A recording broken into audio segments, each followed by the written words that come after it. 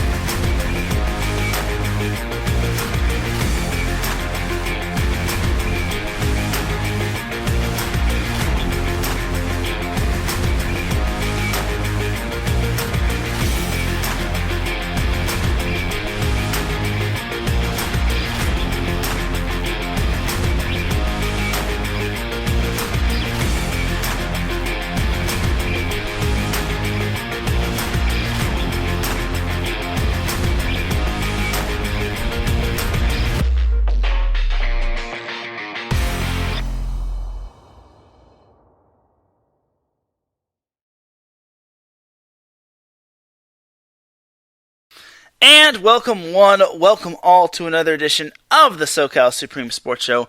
Thank you all for joining me on this beautiful Friday afternoon. I know the SoCal Supreme Sports Show is on a little bit later than it needed to be, but unfortunately I have work. Long story short, your boy is back on the grind. He's having to make that paper, and more importantly, he's going to have to shuffle the SoCal Supreme Sports Show around. Set Point is still staying put, but this isn't about Set Point. This is about the SoCal Supreme Sports Show. Anywho, without any further delay, let's get on into the Southern California sports action. But first and foremost, we have a word from our sponsors. IE Sports Radio is sponsored by the Southern California Warriors semi-pro football team. The world of semi-pro sports is unlike any other sports organization. Players pay to play in hopes of so many different outcomes, whether it's playing to get filmed to try out for professional teams, big-time colleges, or just playing to stay in shape. No matter what, all semi-pro players have one thing in common, and that's playing for the love of the game. The SoCal Warriors have been on a quest to earn titles and give players second chances since 2017. Whether you're in Southern California or anywhere in the world, give semi-pro sports a chance if you love your sport. You may get that second chance you've been waiting for as an athlete. You can follow them on Twitter at SoCal Warriors, on Instagram at Southern_California_Warriors, and on Facebook by typing the word Southern, then California, then Warriors. The second sponsor for IE Sports Radio is Background Check International Businesses. Are you looking to background check a new hire on? Let Kit Freeman take care of that for you. Kit has founded and managed Background Check International Businesses since 1994, and he's here to help you with the screening process. Contact Kit and let him help make the hiring process that much easier. Just as a disclaimer, this business is used for professional background checks and not for the use of any crimes such as identity theft or any other illegal activity. Unfortunately, Background Check International Businesses does not have Twitter or Instagram, but they do have the Book of Faces, as they are on Facebook, Background Check International-BCI, and they also have their website, bcint.com, as well as IE Sports Radio, who has their own website. They also have Twitter and Instagram at IE Sports Radio, and they also have Facebook by typing in the word IE Sports then Radio. And when you go to IE Sports Radio's website, you could see a Patreon link, and you will see 5 different tiers. The first tier starts at $5 a month, which gets you a shout-out from all of our shows. Other tiers include iSports Radio merchandise, access to our podcasting university, and even a chance to be featured on the iSports Radio's flagship show, The Defining Moment, with Larry B. Because for the last 7.5 years, iSports Radio has been bringing you amazing content, ranging from interviewing legendary athletes, other authorized media personnel, and even coaches. iSports Radio has also built tailor-made shows dedicated to all major sports cities and regions around the country. All the while, we've continued to be for the fans, by the fans, and vice versa. And with your help, we are ready to take the next biggest step. Thank you, everyone, for making IE Sports Radio continue to be your direct feed for all that is sports. And the fan of the month for December is Chris from Massachusetts. He is a Bills fan, and he's probably ecstatic that the Buffalo Bills were able to lay a hurting on the New England Patriots. So, congrats to the iSports Radio Fan of the Month, Chris from Massachusetts, and a shout-out to our Patreon supporters, Bay Area Raised Apparel, and Marcus Los Great, who is in the chat room, who says, guess who's back? And boy, howdy, Marcus, we have missed you. And also a shout out to Andrew Hagenbaugh, says, have a great show. He says, we should make our advertisements as drops and just hit the button. That would be a thing. I think that would be a great idea. We'll have to discuss that with the boss man, but we'll see.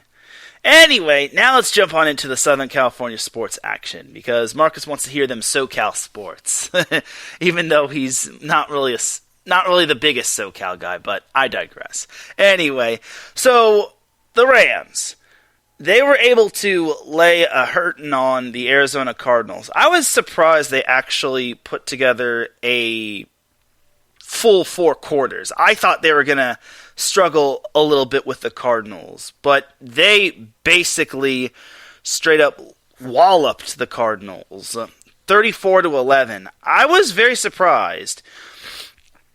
Like, Matt Stafford surprisingly didn't turn the ball over. He had 3 touchdowns, and while he didn't throw the ball a whole lot, he was basically effective, and he didn't basically just lay an egg out there. So, good stuff from the Rams. The defense also pitched a shutout through the first half. They prevented Kyler Murray from feeling comfortable. And I didn't really see the full game, but I was just seeing glimpses of the game. And keep in mind, I was doing Set Point on Monday. I still don't understand why we're seeing wild card games on a Monday, but it's whatever. So, to show you how bad the Cardinals were and how the Rams made the Cardinals' lives a living nightmare, the Cardinals had 2 turnovers. They only had 183 yards. They were 0 for 9 on third downs. And Kyler Murray had 2 interceptions and a passer rating of 40.9. And Marcus says, Marcus says, the Rams completely slapped them silly in all phases of the game. He says something different, but I know what he means. Yeah, they basically straight up stomped on them. Like, I was very surprised. I really was. And their only touchdown came from James Conner, so I guess the Cardinals just crumbled. Keep in mind, this was the same Cardinals team that went 7-0. And I get they didn't have DeAndre Hopkins, but they had J.J. Watt, in which everyone and their mothers were making a big deal about J.J. Watt being back. They're like, oh my God, the Cardinals are undefeated with J.J. Watt. He brings such a great presence. And Stafford obviously didn't play his greatest game, but he at least didn't make a turnover. Like, he has been turnover prone in the past few games. Like, against the Niners, which I don't know how the Rams blew a 17-point lead. Maybe they were reading the playbook of the Chargers, but I don't know. Stafford had 2 interceptions. And then against the Ravens, he looked rather pedestrian, and don't even get me started on the Vikings. Against the Cardinals, this was kind of a breath of fresh air, and Stafford needed to win this game. This was a game that Stafford wanted to win because it was his first appearance in the playoff game since God knows when with the Lions. And also, he hadn't won a playoff game in his career prior to that game. So I think it was very essential for Stafford to play a big part in the Rams' win, and the fact that he had 3 touchdowns is rather impressive. I also should make note that it got to the point where Odell Beckham Jr., yes, Odell Beckham Jr., and this is considering the Cardinals' struggles, Odell Beckham Jr. had more passing yards than Kyler Murray at one point. I think this was in like the second or third quarter.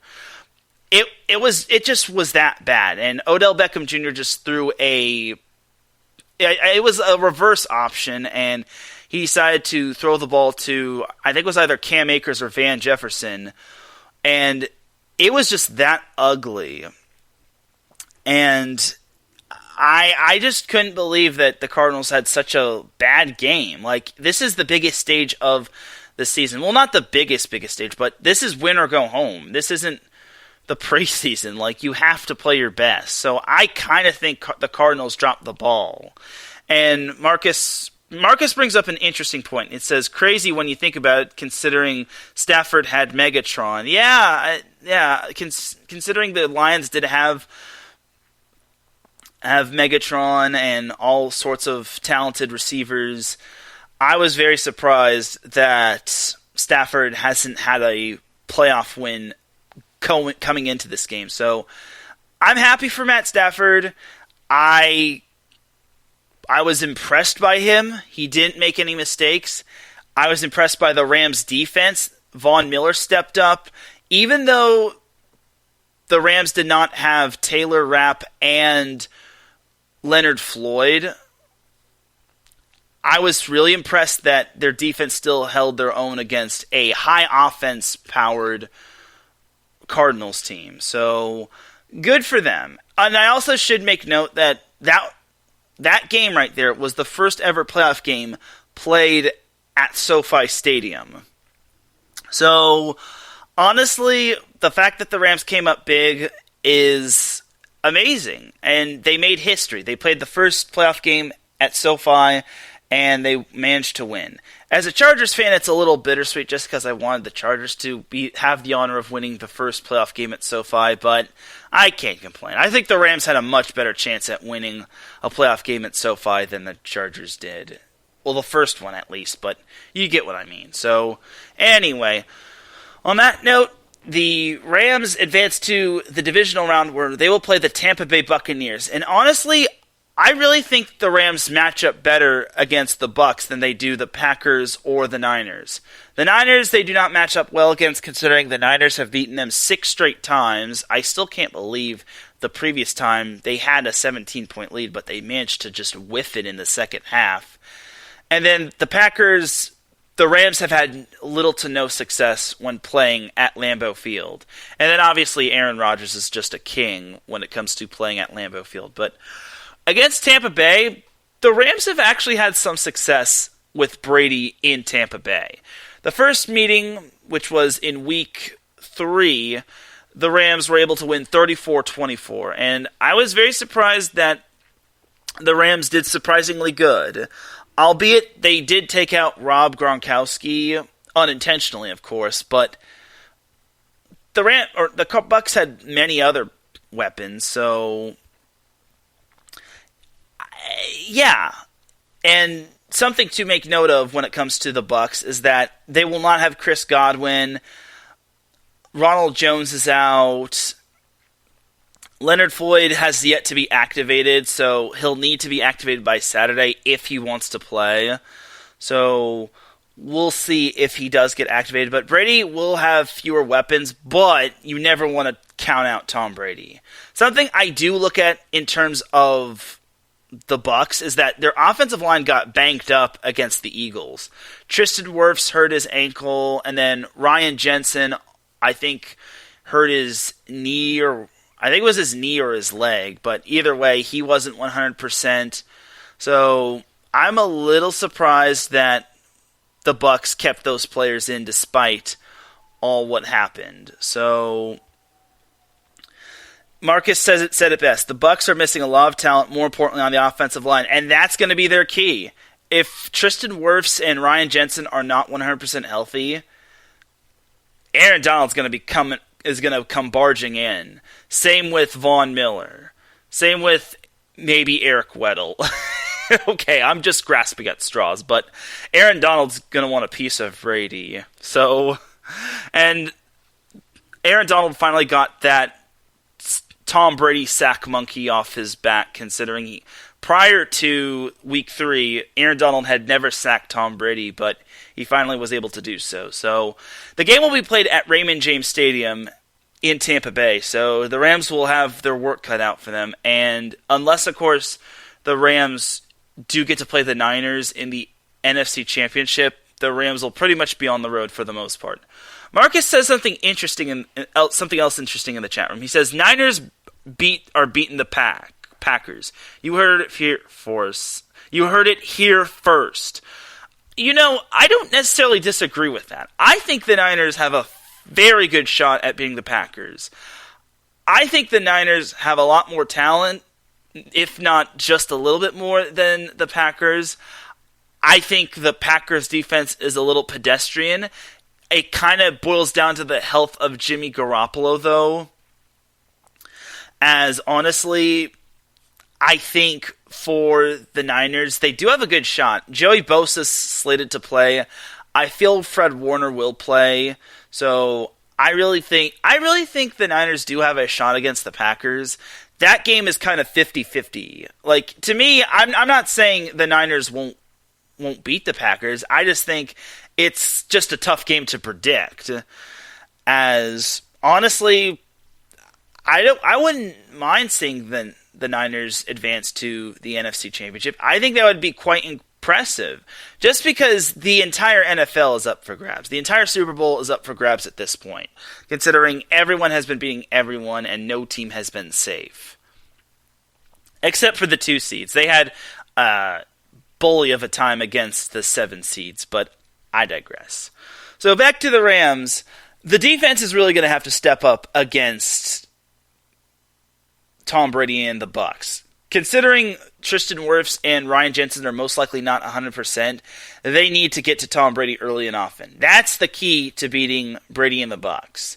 And then obviously not having their 2 safeties is going to hurt, but I think they looked rather comfortable without them against the Cardinals. Now the Cardinals is a whole different story, considering the Cardinals just really collapsed down the stretch. After they went 7-0, they went 4-7, which included the playoff loss as well. So yeah, the Bucs and the Cardinals are 2 totally different teams. But I really think the Rams can beat the Bucs. Obviously, it's not wise to pick against Tom Brady, but at the same time, Brady is missing so many weapons, not just Chris Godwin, but his offensive line has pretty much been dinged up. The defense is still good for Tampa Bay. Like, Shaq Barrett is a beast, and he's just one of many players. Vita Vea is big time, and I think his name is Antoine Wilson Jr. or Winfield Jr. I don't know his last name, but it's Antoine something Jr.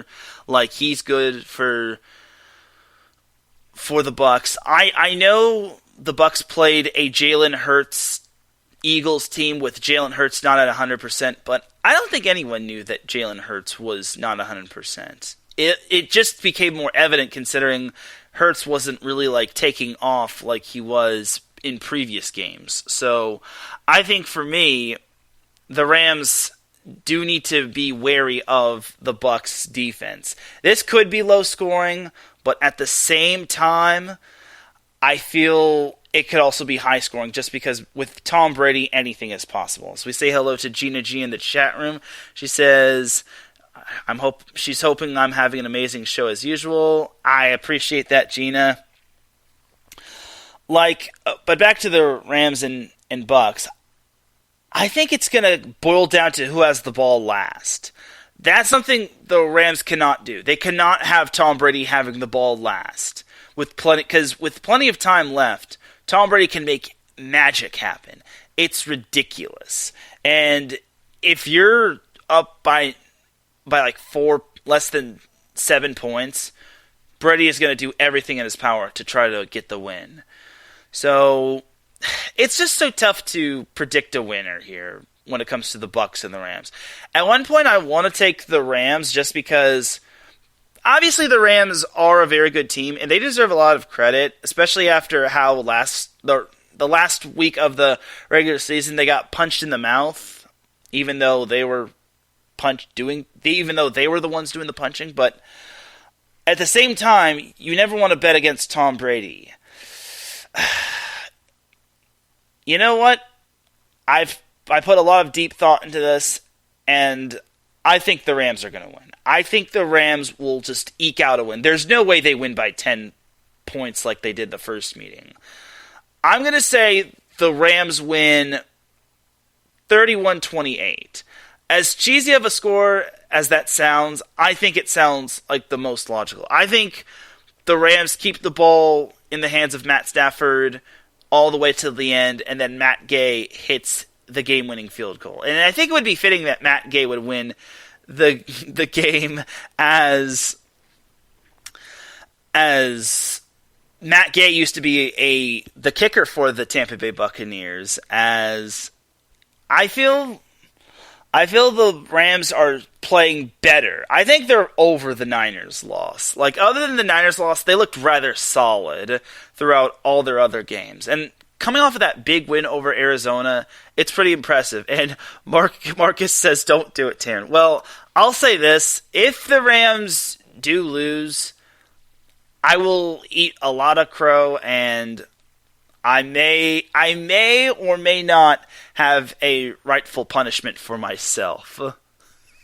As Gina says, just like how the Niners playing against Aaron Rodgers can't bet against Brady either. And then Marcus says, you ready to go to the NFC Championship? Well, one thing is for certain. The NFC matchups are going to be really good. Like, it wouldn't surprise me if both of those games came down to just one score. Just because the Packers barely beat the Niners, I don't know how, but obviously Aaron Rodgers had way too much time on the clock, but what can you do? So for me, I would not be surprised if the Niners and the Packers went down to the wire. Heck, I wouldn't be surprised if it went to overtime. So I will also be keeping an eye on that matchup. So I'm looking forward to the NFL playoffs as a whole. Even in the AFC, even though the Chargers are sadly not in it, the AFC looks rather interesting considering the Bengals, which won their first playoff game in over 11,000 days, are playing the number 1 seed. And I think the Titans are beatable. I'm obviously probably going to go with the safe pick in the Titans, but I would not be surprised if the Bengals made them sweat out that game. And then the Chiefs and Bills is also very interesting, just because, well, the Bills really let the Chiefs have it back in the regular season. But then again, the Chiefs are now a much different team than they were back then. So I think it's really tough to predict any of these games.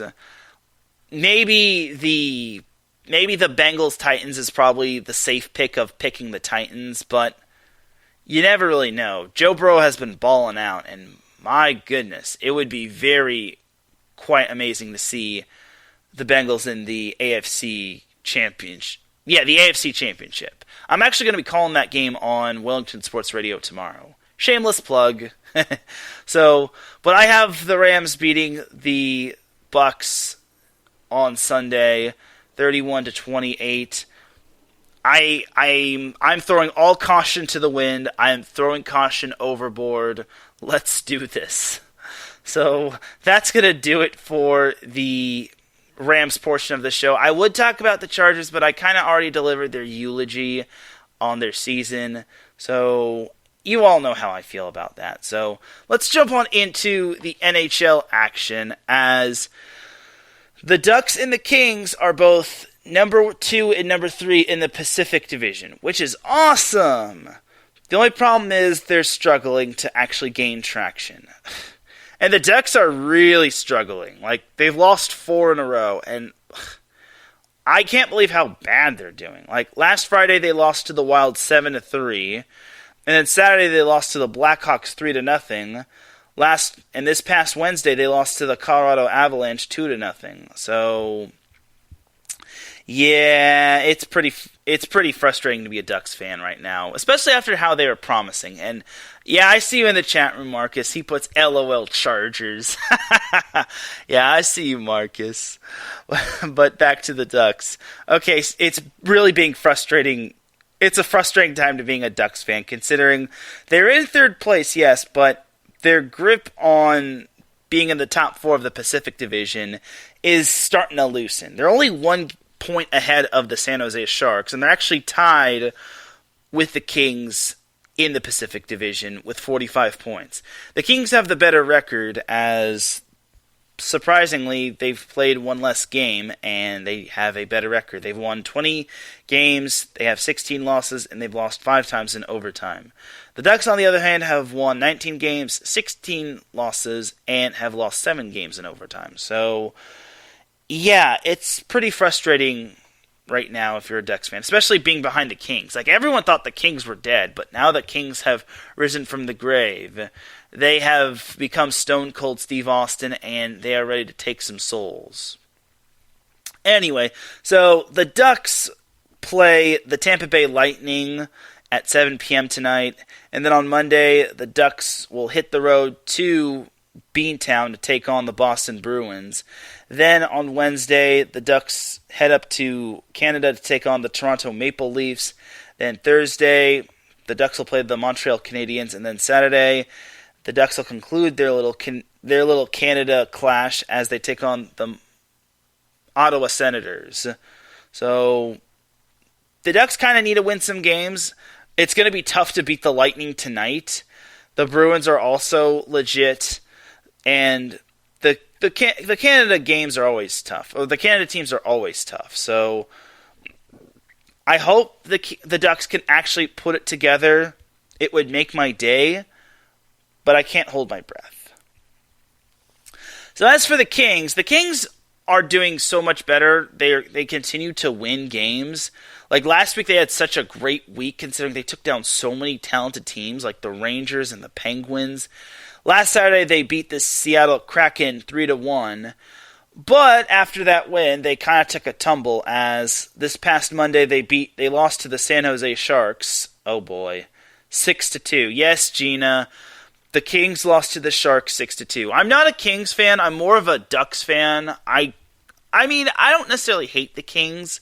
I just like the Ducks more, just because the Kings didn't really do Wayne Gretzky's last bit in the NHL a whole lot great. They didn't honor the great one all that great. So yeah, the Kings lost to the Sharks 6-2. This past Tuesday, the Kings lost to the Lightning 6-4, and then yesterday, Thursday, the Kings lost to the Avalanche 4-1. So they've lost 3 in a row as well, which that does not sit well for Kings fans, especially since the Pacific Division is getting tight. Anyway, so on Sunday, the Kings will be hitting the road up east to take on the New Jersey Devils. Then Monday, the Kings will stay up east to take on the New York Rangers. Thursday, the Kings will stay in New York to take on the New York Islanders. And then next Saturday, the Kings will be heading down to the city of brotherly love to take on the Philadelphia Flyers. So basically both the Ducks and the Kings are on their supposed Grammy road trip. I mean, the Grammys aren't until later on in the year, but what can you do? So I guess we're just going to call it the road trip, and since the Grammys are not on this weekend, so I digress. So that's pretty much your NHL news. I personally am disappointed in the Ducks, but this is kind of the Ducks we're talking about here. Like, the Ducks always seem to find some early success or some success in general, and then they manage to fall flat on their face. It's like, bruh. So there is that right there for the Kings and the Ducks. Jumping over to some NCAA men's basketball. So yesterday marked a special day in USC men's basketball. They actually beat a semi-legit opponent.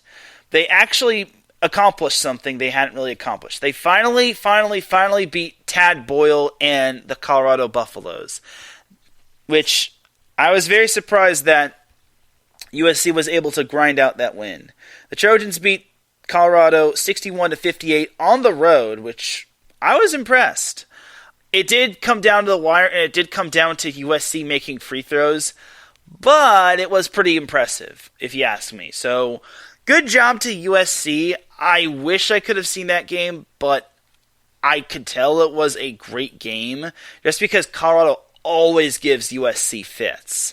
Keep in mind, Colorado was the team that beat USC in the Pac-12 championship in the semifinals. God, that was depressing. And keep in mind also that USC was coming off of a torturous week last week. Last week they lost to Stanford 75-69. They barely eked out a win against Oregon State 81-71. And then last Saturday, USC lost to Oregon 79-69. Granted, Oregon was better than its record indicated. Like, I think Oregon is the most disrespected team out there, but I think Oregon, considering they had injuries and COVID, they were able to brush themselves off and get not one but two top 5 wins. They beat UCLA and USC, so yikes, USC. So USC concludes the second part of the Rocky Mountain road trip as they take on Utah on Saturday. Next week, USC has Arizona State, which I think they should win, and then also they have that game on Monday at 8 p.m. on ESPN2. So I'm surprised USC gets the primetime treatment, even though they're playing a 6-9 Arizona State team. I digress, though. Also next week, USC is playing Stanford and Cal at the Galen Center. I just got word that the Galen Center has opened up its doors to fans, as they will have it at 50% capacity due to COVID. And it really sucks that USC just did not have a full gymnasium, or hardly anyone in the gymnasium. I think they had families there, but these kids deserve like cheering crowds night in and night out. It really sucks. And I think that kind of hurt USC because they played Stanford in what was pretty much a near empty gymnasium, as USC kind of builds off of that momentum and that energy from the crowd. And I think every team benefits from feeding off of energy from the crowd. And unfortunately for USC, when they played Oregon State in Oregon, they didn't really have too many fans in the stands. All they just had was family and personnel. So, yeah. Marcus says, crazy this is still going on. I agree. I think it's still crazy that this is going on. And we're living in crazy times, but I hope that we can get... I hope that everything gets... I hope the Rona can be kissed goodbye and never come back. And Gina says Stanford is opening at full capacity next Friday, which is really cool. So good job, Stanford. I'm really happy that some gymnasiums are opening at full capacity. We still have to be smart about this, and we still have to take care of our bodies and whatnot. So mind your P's and Q's and cross your T's and dot your I's. So there's that right there for USC. I'm still waiting on them to take on Arizona just because they need that smoke. Except I don't think USC wants Arizona. I don't think any team in the Pac-12 wants Arizona just because Arizona is playing so darn good, man. It's so crazy, man. Speaking of other Pac-12 teams, UCLA had themselves quite the scare yesterday. They barely eked out a win over Utah, 63-58. I actually went to bed really early, and I didn't mean to go to bed really early, but I did see that UCLA was losing, and I'm like, wait a minute. UCLA is losing to Utah? Ew. So UCLA was barely eked out a win over Utah as Johnny Juzang, a.k.a. Mr. Soon-to-be NBA, had himself a big game. He had 28 points, and he was 9 for 13 from the field. So, yeah. For UCLA, last week they were able to get back in the win column as they defeated Oregon State 81-65, and this came after they lost to Oregon 84-81 at Pauley Pavilion. That was disgusting right there. Like, again, Oregon is a much better team than its record indicated that week, but I don't know. I thought USC would have done a little bit better. And I'm surprised Oregon isn't really ranked. They're still not ranked. But then again, they had a little bit of a rough ride early in the season. And they also barely beat Oregon State as well. So there's that right there. But this isn't about Oregon. This is about UCLA. UCLA will conclude its Rocky Mountain road trip as they hit the road to Colorado to take on the Buffs on Saturday. UCLA next week will be taking on Arizona at Pauley Pavilion on Tuesday at 8 p.m. Oh, God. Pac-12 after dark. I mean, I understand the primetime treatment, but why 8 p.m.? Like, people on the East Coast are probably going to rip out their hair. And this is kind of the reason why people or the committee doesn't really acknowledge the West Coast teams. But that's just my take. Marcus says, Arizona has been a threat since the Loot days. Facts. Arizona has been a threat, has always been a threat. And even last year when they had really no postseason to play for, they still try to play spoiler to many teams, a.k.a. USC, winning the second go-around. But that's just me. So I think that Arizona-UCLA game is going to be a barn burner. And boy, I am super excited to see that matchup. And then next week, just like USC, UCLA will be heading back home to take on they'll still be at home when they take on Arizona. They'll be playing the Northern California schools, Cal and Stanford. They do need to be careful of Stanford. I don't think Cal is too much of a problem for them, but Stanford has some studs on that team. I really think UCLA needs to be careful just because Stanford could be a possible trap game, considering UCLA and Arizona play each other again. And that Stanford game would be the perfect trap game for UCLA to get overconfident and cocky.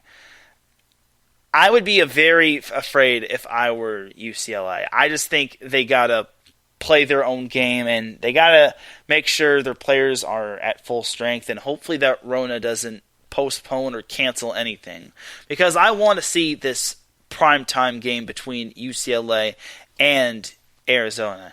It would be amazing. Heck, I'm willing to bet money that we will be hearing Bill Walton do commentary of the UCLA-Arizona game. He has to, considering it's UCLA and his son, Luke Walton, went to he went to Arizona. I thought he went to Arizona State at first, but Luke Walton did go to Arizona. So it would be legendary to hear Bill Walton grace the mic. So there's that.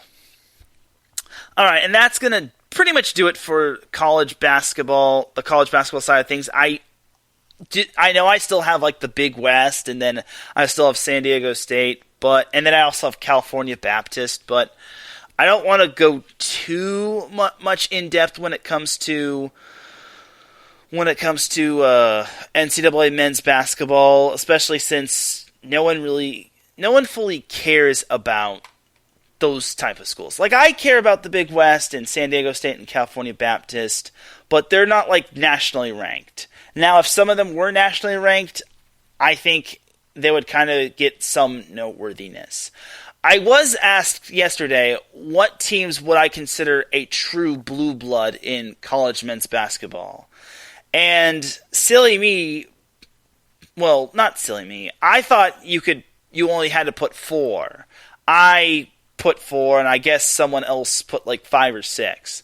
My 4 were Duke, North Carolina, Kentucky, and y'all are probably going to laugh at me when I say this, Gonzaga. Yes, I said Gonzaga. I was leaning toward UCLA, but I was kind of panicking, and I was like, UCLA or Gonzaga. I really feel silly for putting Gonzaga down, and I think I would have been better picking Kansas, and I feel silly for putting Gonzaga. Just because Gonzaga hasn't won anything. They're perennially good, yes, but sometimes they're like the Peyton Manning of college men's basketball. They do really good in the regular season, but then they're complete dookie in the NCAA tournament. And that actually fits the bill of being described as Peyton Manning. Great regular season, poor postseason. Except without the rings, of course. But for me, I didn't know that you could pick more than 4 teams. So shout out to my good friend Anaheims, who kind of tagged me in that Facebook post and brought up that question: who would you consider as a blue blood in men's basketball? I still feel filthy for saying Gonzaga. I should have put a little bit more thought into this, but I was dead tired. I was like, Gonzaga. But we all make mistakes. At least I didn't say something like Long Beach State, UC Davis, Grand Canyon, and Cal State Fullerton. Like, at least I didn't say those. Then I think people would have asked me to get drug tested. But I digress. So, jumping on to the NBA. So, it has been a soap opera with the Los Angeles Lakers, as everyone is saying they're calling for Frank Voegel to get fired. I honestly don't think Frank Voegel is the problem. The problem is with the Lakers, who are currently up 71-64 against the Orlando Magic, is that the Lakers are old. They're old. They may need AARP cards at this point. Also, Russell Westbrook is becoming the Shaq Nafool MVP. I think he's going to be Shaq Nafool MVP. I really think Russell Westbrook is your Shaqtin' MVP.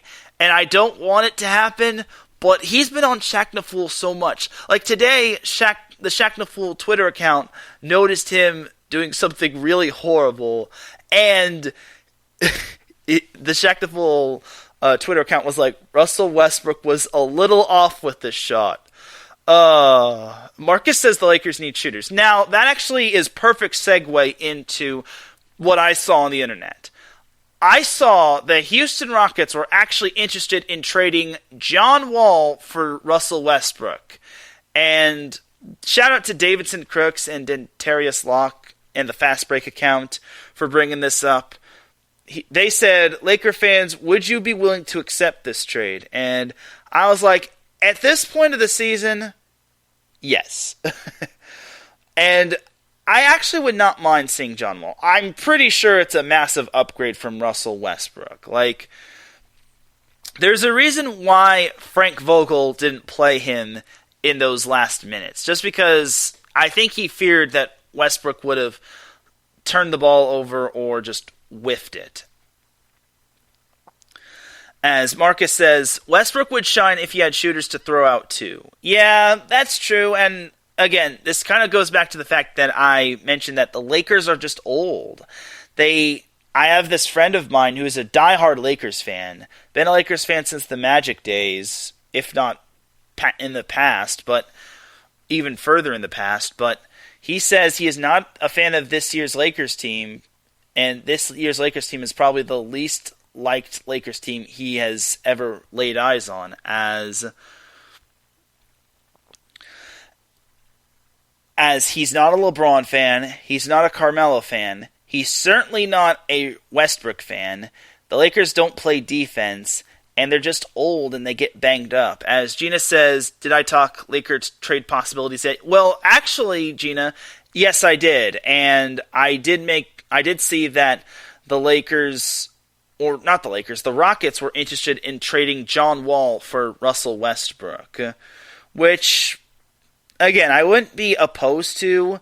As the Fast Break account said, if you're a Lakers fan, would you be cool with this trade? And this was courtesy of Legion Hoops, as the Rockets have shown interest in trading John Wall for Russell Westbrook and draft picks. Okay, so it was draft picks and Russell Westbrook, so my apologies.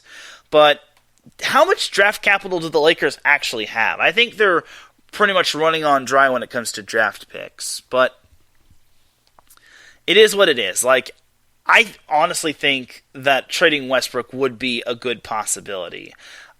I know they gave up so much to get Westbrook, but at the same time, Westbrook has not been panning out. And what else do you have to give up to get rid of Westbrook? Like, you gave up Kuzma, Montrezl Harrell, and others to get Westbrook, but yeah. So if the Lakers do have that draft capital on trading the picks along with Westbrook for John Wall, I'd be open to. But if anything, the Lakers, they need youth on their team. Like, they're just too old. And I'm sorry, but it's the truth. Like, it's really cringeworthy. The Lakers I was very surprised that on Monday the Lakers pulled off the win over the Utah Jazz. I think everyone was shocked at seeing the Lakers beating the Utah Jazz 101-95, which was very impressive actually. But then 2 nights later, the Lakers laid an egg to the Indiana Pacers of all teams, a team that is missing Miles Turner, as they lost at home 111-104. And I get it, the Pacers also beat the Warriors as well, but we're not talking about the Warriors here. At least the Warriors took the Pacers to overtime. The Pacers should not have, no offense to the Pacers, but the Lakers should have won that one. They gifted that win to the Pacers dead on. As Gina says, Westbrook is more of a liability than an asset on the Lakers. Facts. I think that is 100% true, just because he keeps making these Shaq and a fool mistakes. Like, he keeps, losing the ball and turning it over. It's like, oh dear God, help me. And again, Russell Westbrook is an MVP, alright, but he's a Shaqton MVP, and that's no bueno. Unless his mom wants to tell Shaq to stop picking on Westbrook, kind of like how JaVale's mom did that, but I digress. So, speaking of the Lakers, like I said, they're currently playing the Orlando Magic, which is the worst team in the NBA. Last Saturday, we thought the Pacers' loss was bad. The Nuggets had something to say about this way before the Pacers did, as the Lakers got curb stomped by the Nuggets 133-96, which still makes me wonder why, and how did the Lakers beat the Jazz? And everyone was saying, the Lakers have their turning point. No. And Gina and Marcus are talking about the Shaqton MVP and JaVale McGee. I'm just going to digress on that. But I'm just still flabbergasted that the Lakers had themselves that win and then just followed it up with an ugly loss. Oh, well. Like I said, okay, so after the Magic, which is actually the first part of the Lakers' road trip since the Grammys aren't on this weekend, the Lakers play the Heat on Sunday, and then on Tuesday the Lakers travel up to the Bronx Brooklyn to take on the Nets. Then the Lakers get the primetime treatment again as they play the 76ers on Thursday.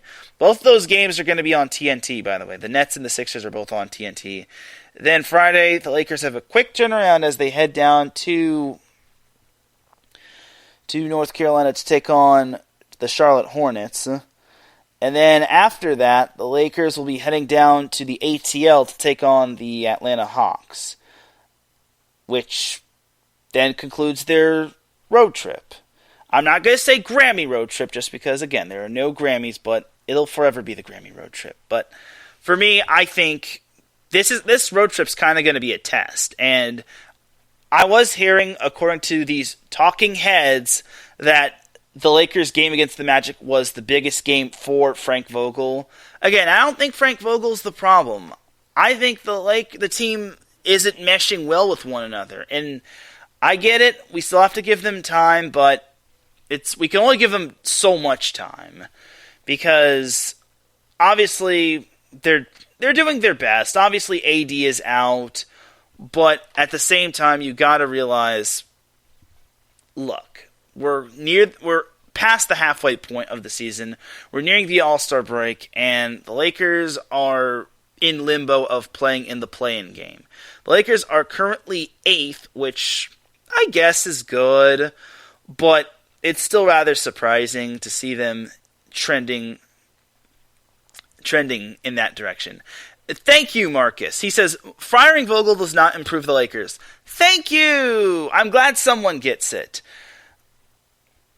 And if anything, if the Lakers are gonna evaluate Frank Voegel, evaluate him at the end of the season. Like, just let him coach it out. Like, please, please, please, please, please, please, please, please, please, don't fire Frank Voegel, because then that ruins the mentality of the team. It makes them have to adapt to a new head coach. It makes the team feel guilty that they let Frank Voegel, who was in his 3rd year, walk out the door, and, well, not walk out the door, give him the pink slip, but it just would not be a good thing. That's because, as Marcus says, LeBron is averaging 30 plus and the Lakers are losing. And that is true, just because LeBron cannot carry the team. Like, the dude is in his late 30s. Like, he's trying to defeat Father Time, but Father Time is trying to put up the biggest fight ever. And Gina also says it best. LeBron can carry the team on his back, and that is true, but the role players are slipping. And that's also true, just because the Lakers need those role players to step up. They need those type of players to, like, back up LeBron, because obviously LeBron can only do so much. And injuries have hurt him in the past and as of this year. So LeBron really needs help in the worst way possible. And I know the Lakers have been getting banged up, yes. But honestly, they need to figure it out. They need to figure out who's their number 2 scorer. They need to figure out who's their primary defender. And they need, as Marcus put it, 2 more Malik Monks.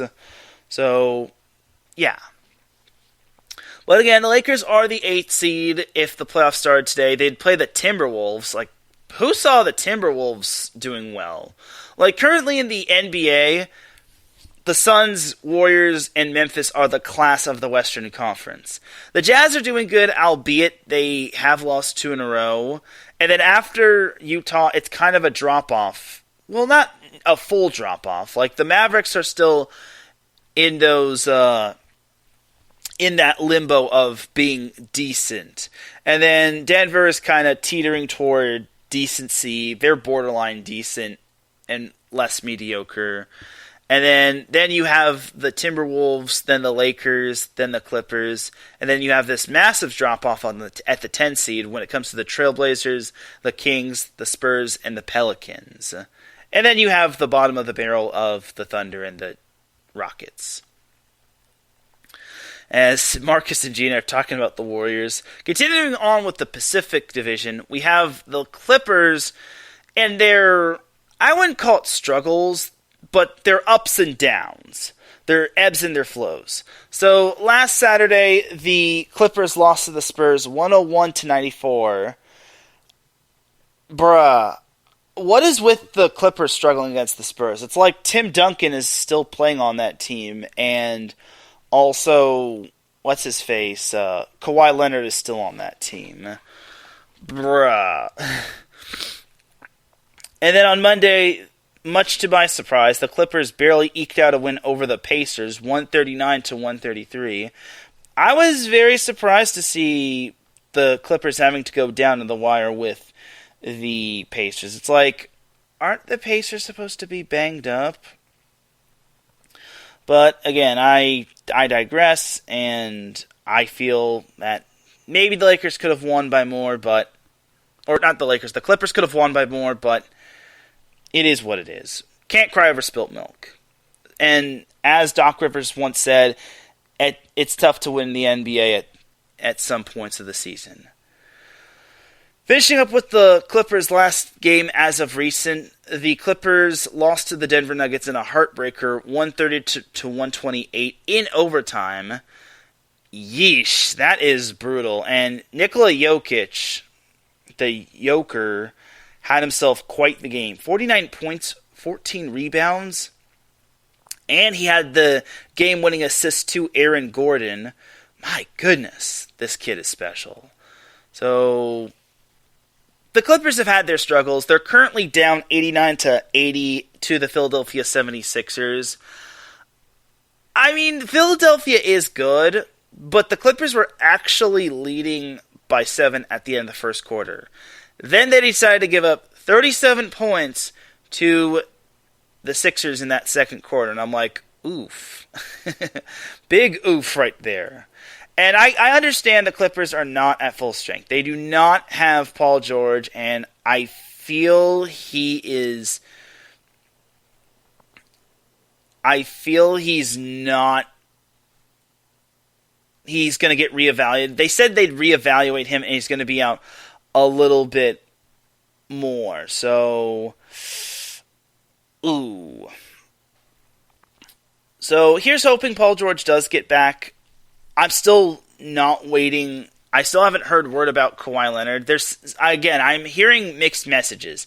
I'm hearing some people say Kawhi's not going to play this year. I'm hearing stuff that Kawhi is not going to play until toward the end of the season. Whatever the case is, the Clippers are kind of suffering for it. So, yeah, it is a big oof right there. So, anyway, for the Clippers, they're kind of in the same boat as the Lakers. They need as many wins as possible, but they're battling injuries. Except, at least they don't have the problem of being too old. They've got some youth on there playing.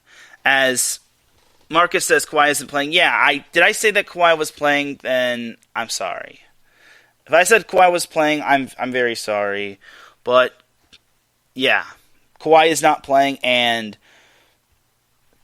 that's the tough loss for the Clippers. So on Sunday, the Clippers head up to the Big Apple to take on the New York Knicks. Then on Tuesday, the Clippers head up to the nation's capital to take on the Wizards. Then the Clippers have the Florida teams next Wednesday and Friday, as the Clippers play the Magic on Wednesday, and then they play the Heat on Friday.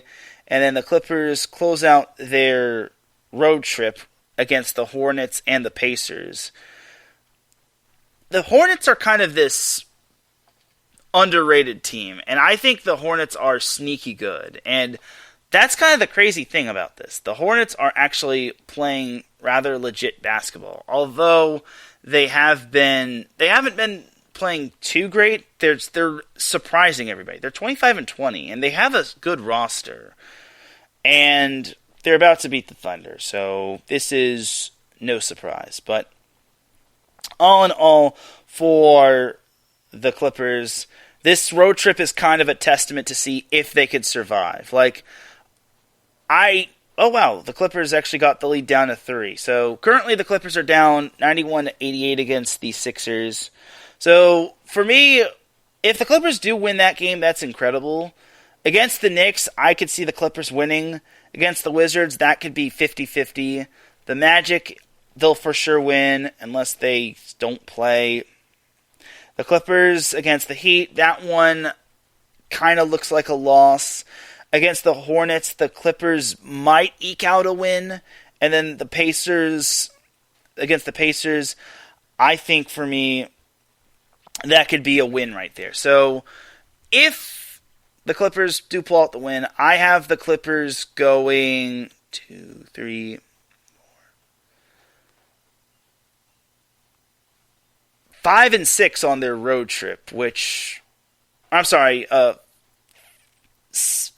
and 2 on the road trip. I think they'll lose to the Heat and then they'll lose to the Hornets, but then I think they could bounce back with other wins. If they beat the 76ers. If they lose, then I have them going 4 and 3 on their road trip. So, for me, I think the Clippers and this road trip is a big testament to if they can come together under Tyronn Lue, or Ty Lue. So, there's that right there.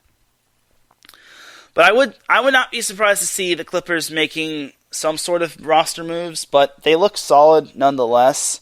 Reggie Jackson and Marcus Morris are solid, and they'll even be more solid if Paul George gets back. So we'll see if this Clipper roster can turn it around when the season gets to its climax, as Clippers are down 2, Lakers are up 7 after 3. I will keep an eye on the Clippers 76ers games. We shall take ourselves a quick little commercial breaky break. When we come back, we'll have more Southern California sports action, and then, not too far from now, we have the Dum Dum of the Week award. So you are listening to the SoCal Supreme Sports Show here on IE Sports Radio, your direct feed for all that sports. We'll be right back after this.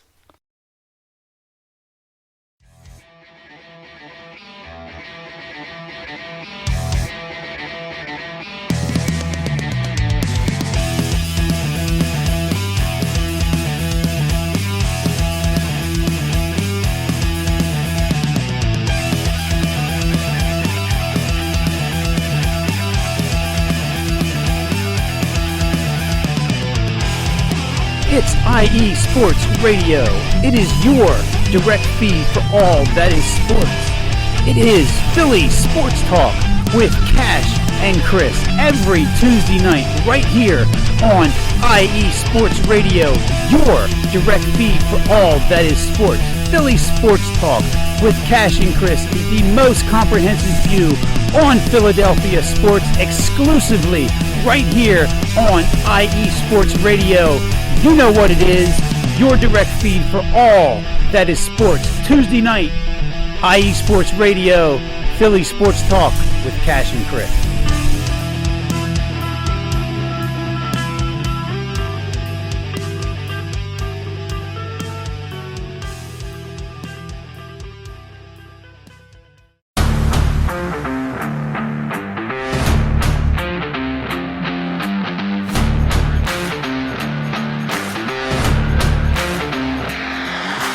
What's good, fight fans? It's your boy, Marcus Los Great, here to give you what you want, here to give you what you need.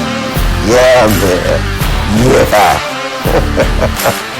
I'm coming to you live, straight from your mama's basement with a crispy, awesome white tea.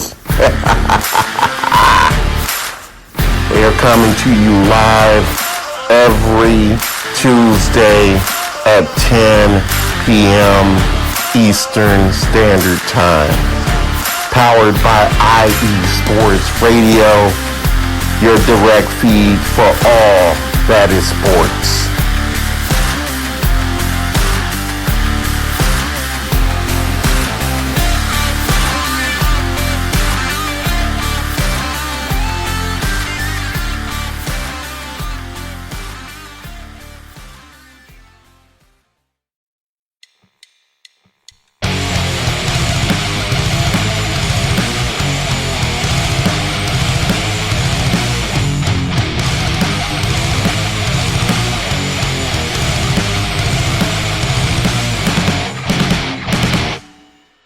College football, and do you want to hear a college football show dedicated to all that is college football, including junior college and the CCCAA and the NJCAA, the NAIA, and the NCAA, including Division III, Division II, Division I AA in the FCS, and Division I A in the FBS? Well, then look no further.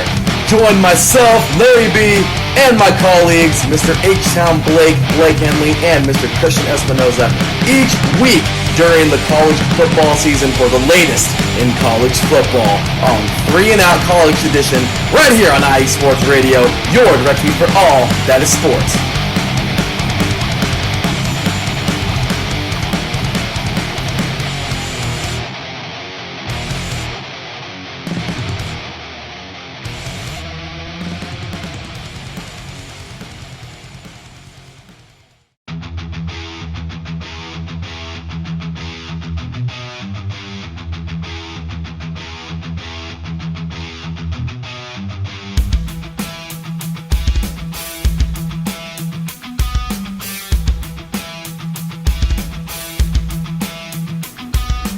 What is going on, everybody?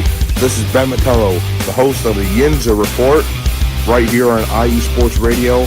I'm bringing you the latest in the Steel City, the City of Champions, from the Steelers, the Penguins, the Pirates, as well as the college game with both Penn State and Pitt. You could join me every Tuesday afternoon at 1 o'clock Eastern Standard Time, right here on IE Sports Radio, where I'll be talking about everything from the Steel City, the City of Champions, right here on IE Sports Radio, your direct feed for all that is sports.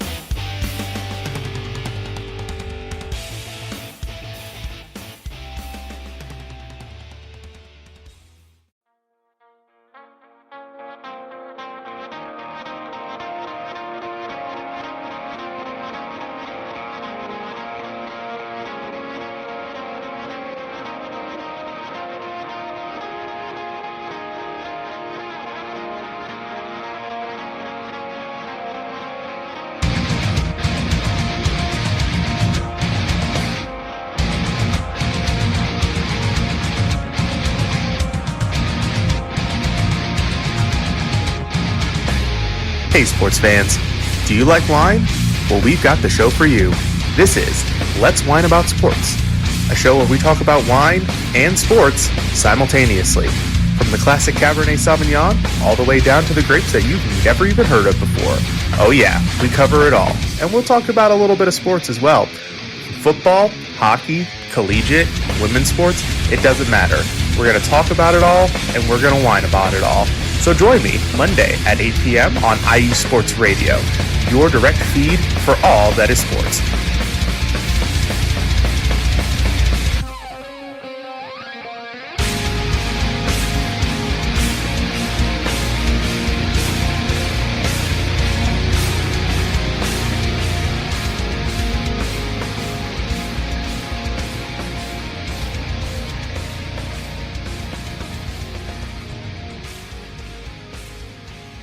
And welcome back to the second half of the SoCal Supreme Sports Show, back with segment number 2. Alright, so these are just quick hits when it comes to the Southern California sports world. So something I forgot to mention when it came to the Rams is that Andrew Whitworth is not playing. So their left tackle is out. The ageless wonder, Andrew Whitworth, is sadly out. So sad face right there, but it is what it is. So we say hello to Beantown Brandon in the chat room. Thank you for tuning in. He says he's hoping I'm having an amazing show, or a good show so far. I appreciate it, Brandon.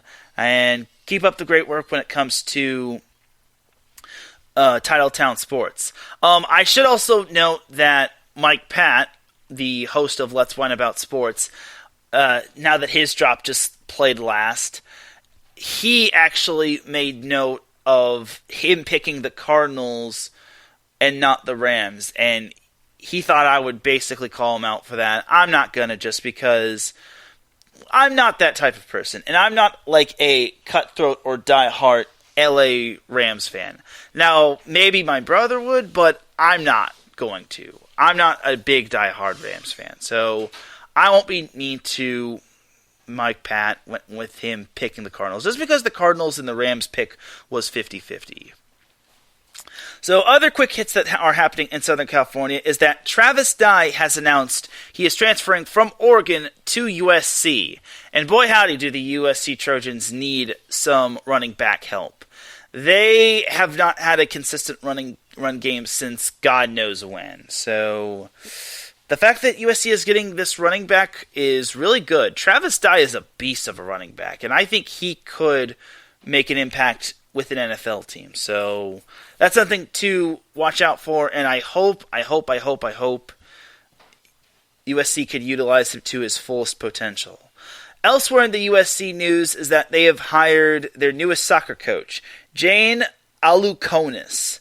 So Jane is a former University of Duke women's volleyball player, and she also was an assistant for UCLA. So she has crossed over to the Trojan side of things. So that's good stuff to hear, and I wish the previous coach the best going forward, but I'm happy for Jane Sukonis, as so was Martin Jarmond, who also was happy for Jane, as he said, "Congrats to Jane, appreciate all you contributed to UCLA women's soccer." And that was classy of him right there. Obviously, it would be easy to be bitter, but I think that was a very classy thing to say, and at least he didn't say, like, the team from down the street or something like that. So there was that right there, and I just need to get that quick hit out of the way. So something else I do sadly need to make note of, and this is kind of going to be happening on Wednesday. So on Wednesday is going to mark the 2-year anniversary, it's going to mark 2 years of Kobe Bryant passing away, and as well as six other people in that helicopter crash. And it still is sad to this day that this is still that I still have to get a notification on this, and it's like, man, it's been 2 years already. Like, it really is heartbreaking. So just goes to show you that you can never take life for granted. So just live life to your fullest, and you never know what life can bring the next day. So just be careful about that. So that is pretty much that when it comes to the quick hits, when it comes to the Southern California sports action. So before we get on into... Wait a minute, just hold on a second.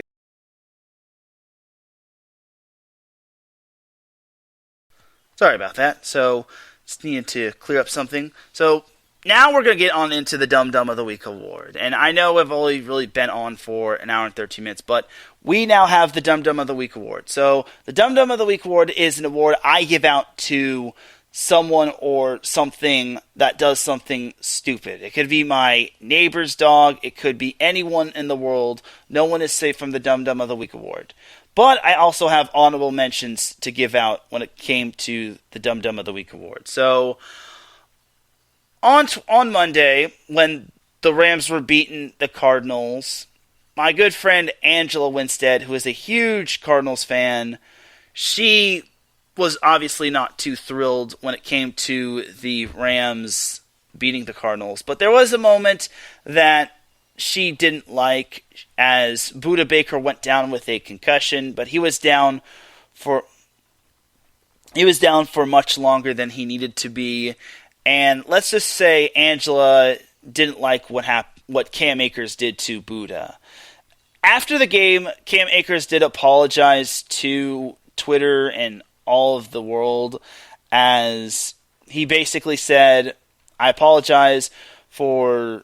I didn't know that Budda Baker was on the ground, and I have nothing but respect for him."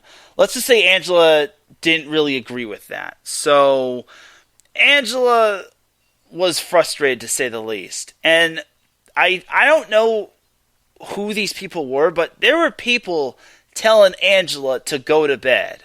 First of all, why do y'all gotta do that to Angela? First of all, she's a diehard Cardinals fan, and I understand her frustration. Budda Baker is like family to her. But for you to tell her to go to bed, first of all, why go to bed? I mean, I guess it could have been worse, but go to bed is your next biggest thing. Like, who says go to bed anymore? So I kind of, at first I thought it was a joke, but then it's like the internet still stays the same. It still remains undefeated, and the internet shows no mercy. And yes, Marcus, the nerve of them. So the trolls that were basically telling Angela to go to bed are the Dum-Dum of the Week honorable mention. The second Dum-Dum of the Week honorable mention kind of goes to me, and it also kind of goes to two customers I was helping. Well, but I wouldn't call them dumb. I just think this was like a silly yet funny moment. So I was basically just working, doing my thing, just circling around the store, and then a couple customers asked me where the candles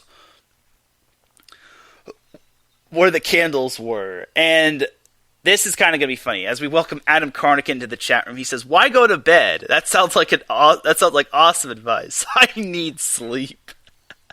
That's actually a good little comeback right there. But so today I was helping out two customers. They asked me where candles were. Now, I didn't know what candles they were talking about.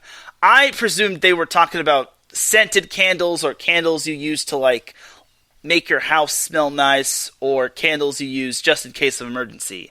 So I basically said aisle 6, left-hand side. And I took them down to the aisle, showed them where the candles were. And then they're like, "Oh, we actually need birthday candles." And I'm like, "Oh, birthday candles?" Now, in their defense, they had a cake in their hands, and I didn't see the cake. In my defense, I didn't know what candles they were talking about. I didn't know they needed birthday candles. And once again, I didn't see the cake. So they weren't snarky though. We all just had a nice little laugh about it. And then I directed them to the birthday candle aisle, and we all just had a laugh about that. And it was no big deal. I just think that wasn't really like a Dum-Dum of the Week moment. I just think that was a moment of funniness, of something funny happening. But that's, if you were looking for kind of a laugh, I thought they meant scented candles instead of birthday candles. So, but again, we all had a nice little laugh, and they were like, "Yeah, we weren't really using logic right there." So there's that little funny moment right there. But now for the Dum-Dum of the Week award. So I'm glad Marcus is still in the chat room, and I hope Gina is still listening to this. So the Dum-Dum of the Week award happened on Saturday, or was it Sunday? Regardless, this happened on NFL Wild Card weekend. Oh my gosh, and it was Sunday, as this happened between the 49ers and the Dallas Cowboys, the San Francisco 49ers and the Dallas Cowboys. So the Cowboys, I knew they weren't going to be a match for the Niners, as the Niners were basically up, I think they were up 16 or something, 16, maybe 14. They were up by 2 scores. And then, to the credit of the Cowboys, they actually got a touchdown. Dak Prescott got a touchdown. And then Dak and the offense on their second-to-last drive turned the ball over on downs. The Niners had a chance to kill the clock, but unfortunately, they did not pick up the first down. So they had to punt the ball over, and to San Francisco's dismay, the ball goes into the end zone for a touchback. So the Dallas Cowboys, who had no timeouts at the time, had to march straight down the field with about 40-ish seconds on the clock, and then they had to get the touchdown to win. I think they were down 6 at the time. So for Dak Prescott and the Cowboys, they were doing all that they can. They actually ran a trick play, and a trick play that actually worked, and they got to midfield, and the Cowboys were, it looked as if the Cowboys were going to try to pull some sort of miracle. Then came this play with 14 seconds. So the Cowboys, for some uncanny, weird, unexpected reason, decided to run a quarterback draw up the middle. And I don't know what happened. I don't know why Dak didn't go all the way down. I don't know why he didn't stop after he picked up X amount of yards, but he went down with about 8 seconds, and then this was a mistake on his part. He gave the ball to the center to put down. That was a mistake right there.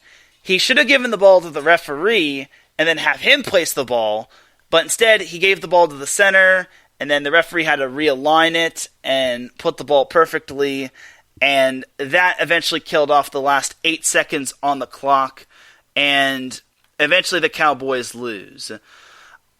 Now, obviously you could point the finger at who gets the award. You could point the finger at Kellen Moore, who decided to run that play, the offensive coordinator. You could point the finger at Dak Prescott, who decided to go up the gut and not go down with a good amount of time to spike the ball. You could point to Mike McCarthy, who approved that play, or you could just give the award to the Dallas Cowboys in general.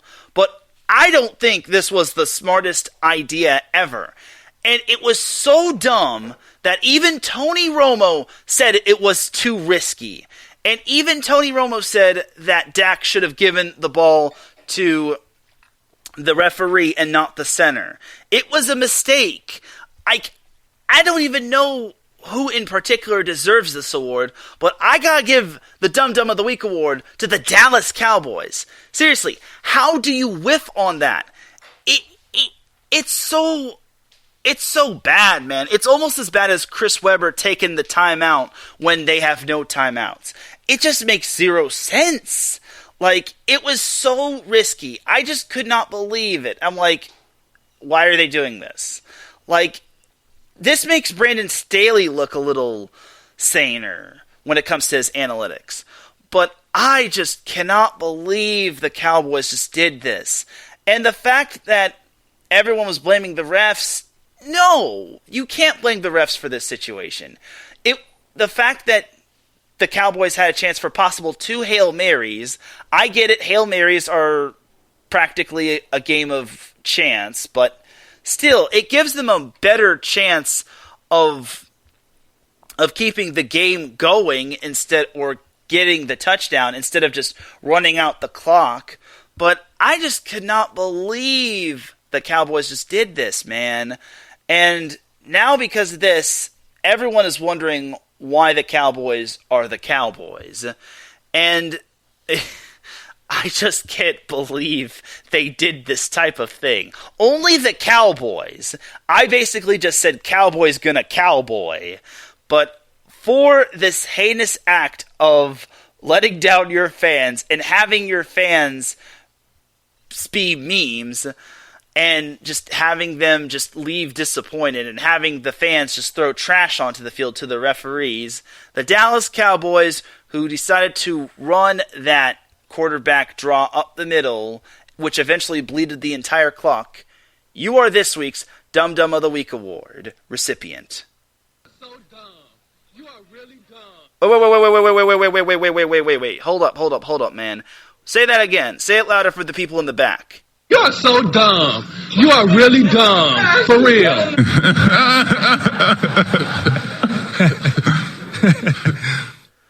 And that, my friends, is all she wrote. Everyone is bashing Brandon Staley for his analytics. Dallas Cowboys said, "Here, hold my beer. We'll take your analytics and raise you something even worse." Only the Cowboys. This is why I try to tell Cardinals fans, you have a much better chance of beating the Cowboys than you do of beating the Rams. But no one wants to listen to me.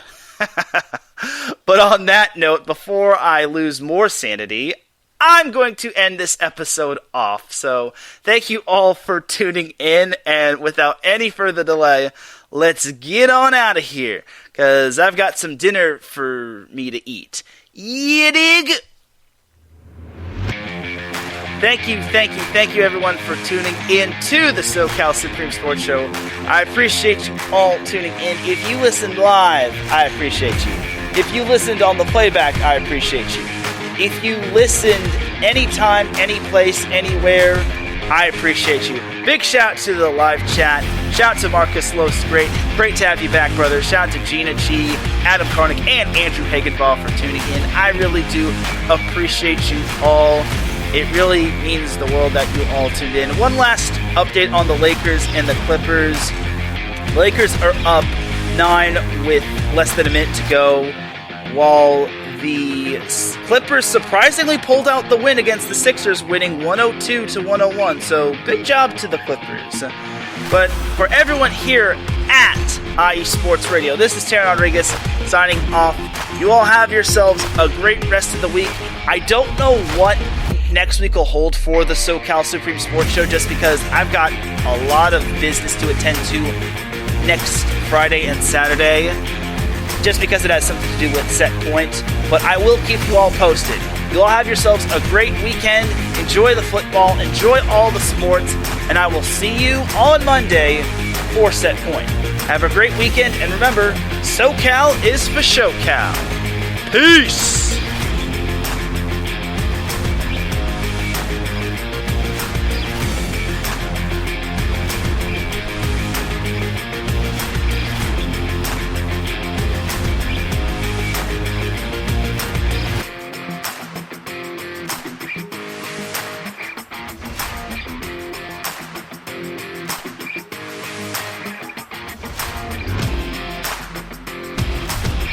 Also got to give a shout to Beantown Brandon as well. He was in the chat room as well.